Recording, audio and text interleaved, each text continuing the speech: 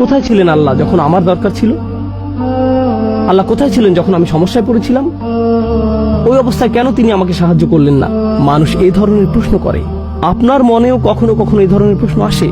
আমি আল্লাহর বিদ্রোহ করতে পারি, আল্লাহ আমার আত্মাকে সুযোগ দিয়েছেন আল্লাহকে ভুলে যাবার, যা খুশি তা করার, যা খুশি তা বলার, যেভাবে খুশি টাকা উপার্জন করার, যেমন খুশি রিলেশন করার, শুক্রবার রাত যেমন খুশি কাটানোর। তো আলাইকুম হাফাজা, তিনি তোমাদের জন্য প্রতিরক্ষাকারী ফেরেশতা পাঠান সব সময় আপনাকে নিরাপত্তা দেওয়ার জন্য। আমাদের প্রত্যেকের চারপাশে ফেরেশতাদের নিরাপত্তা বেষ্টনী থাকে, যাদেরকে আল্লাহ নিয়োজিত করেছেন। এভাবেই আল্লাহ আমাদের উপর অনুগ্রহ করেন। ফাবিআইয়ি আলাই রাব্বিকুমা তুকাযিবান। আর এজন্যই আল্লাহ আযযা ওয়া জাল্লা পরের আয়াতে বলছেন, এটাই আজকের খুতবার আয়াত যা আমি আপনাদের সাথে শেয়ার করতে চেয়েছিলাম। ইয়াসআলুহু মান ফিস সামাওয়াতি ওয়াল আরদ কুল্লা ইয়াউমিন হুয়া ফি শাআন। আকাশ এবং পৃথিবীর প্রত্যেকেই তার কাছে চাইছে। আকাশ এবং পৃথিবীর প্রত্যেকেই তার কাছে চাইছে। আসুন প্রথমে এই অংশটা বুঝি। আরবি ভাষায় সুআল বা চাওয়া দুই ধরনের। এটি আলোচনার আগে এই আয়াত নিয়ে যে কনফিউশন আছে তা বলে নেই। আল্লাহ বলেছেন প্রত্যেকেই তার কাছে চাইছে। ফেরেশতারা তার কাছে চায়, পশু পাখিরা তার কাছে চায়, আমরা তার কাছে চাই। কিন্তু কেউ এসে বলল, আমি একজন নাস্তিককে চিনি, সে আল্লাহর কাছে কিছু চায় না। আমার একজন বন্ধু আছে যে ধার্মিক নয়, কখনো আল্লাহর কাছে কিছু চায় না। আমার ফিলোসফি প্রফেসর কখনো আল্লাহর কাছে কিছুই চায় না। তাহলে কিভাবে সবাই তার কাছে চাইছে?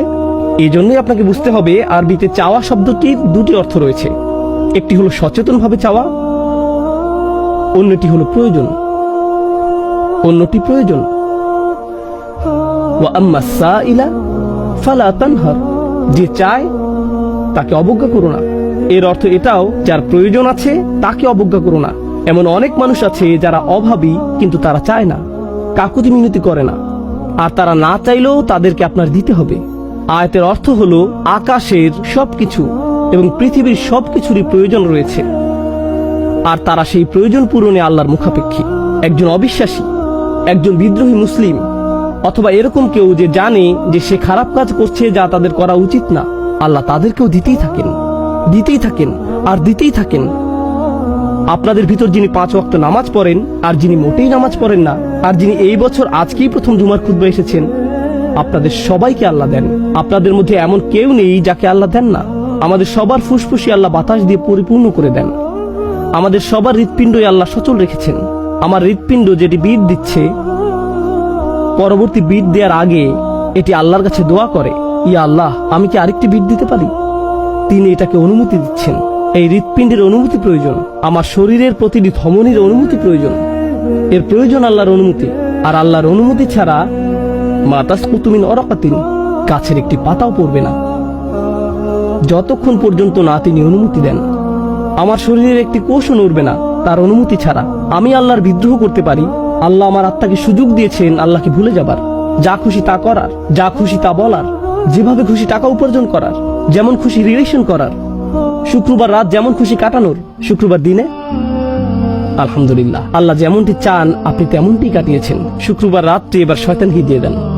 ছুটির সময়টাকে পরিপূর্ণ করেছেন, দুই দিক সমান করেছেন। কিন্তু আল্লাহ বজ্রপাত দিয়ে শাস্তি দিচ্ছেন না। আল্লাহ আপনাকে টেনে হিঁচড়ে মসজিদে নিয়ে আসছেন না।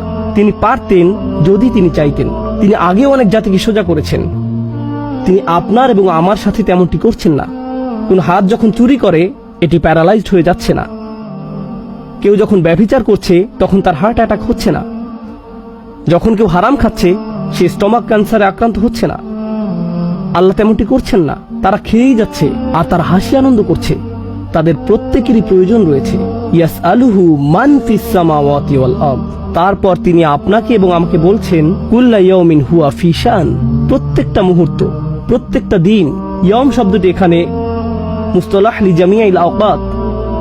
এটা এরকম সব সময়, প্রতিটি সেকেন্ডে, প্রতিটি দিন, সব সময় তিনি এমন কিছুতে ব্যস্ত যা শুধুমাত্র তিনিই করতে পারেন। আর এটি আসলে সতর্কবাণী না, এটি আসলে সুন্দর একটি জিনিস যা দিয়ে আমি আলোচনা শেষ করতে চাই। ইয়াসআলুহু মান ফিস সামাওয়াতি ওয়াল আরদ কুল্লা ইয়াউমিন হুয়া ফি শান। ভাবুন তো, আমি একজন শিক্ষক। ধরুন আমি পড়াচ্ছি 50 জন ছাত্রকে। তাদের একজন আমাকে একটা প্রশ্ন করলো, তাদের একজনের এক্সট্রা হেল্প প্রয়োজন। একজন বলল তার একটা সমস্যা আছে, একজন বলল তার একটা কনফিউশন আছে। আমি একজনকে দিলাম 5 মিনিট, আরেকজনকে দিলাম 5 মিনিট, আরেকজনকে 5 মিনিট। আমি যদি তাদের সবাইকে 5 মিনিট করে দেই, যোগ করলে হয় 250 মিনিট। ততক্ষণে আমি শেষ।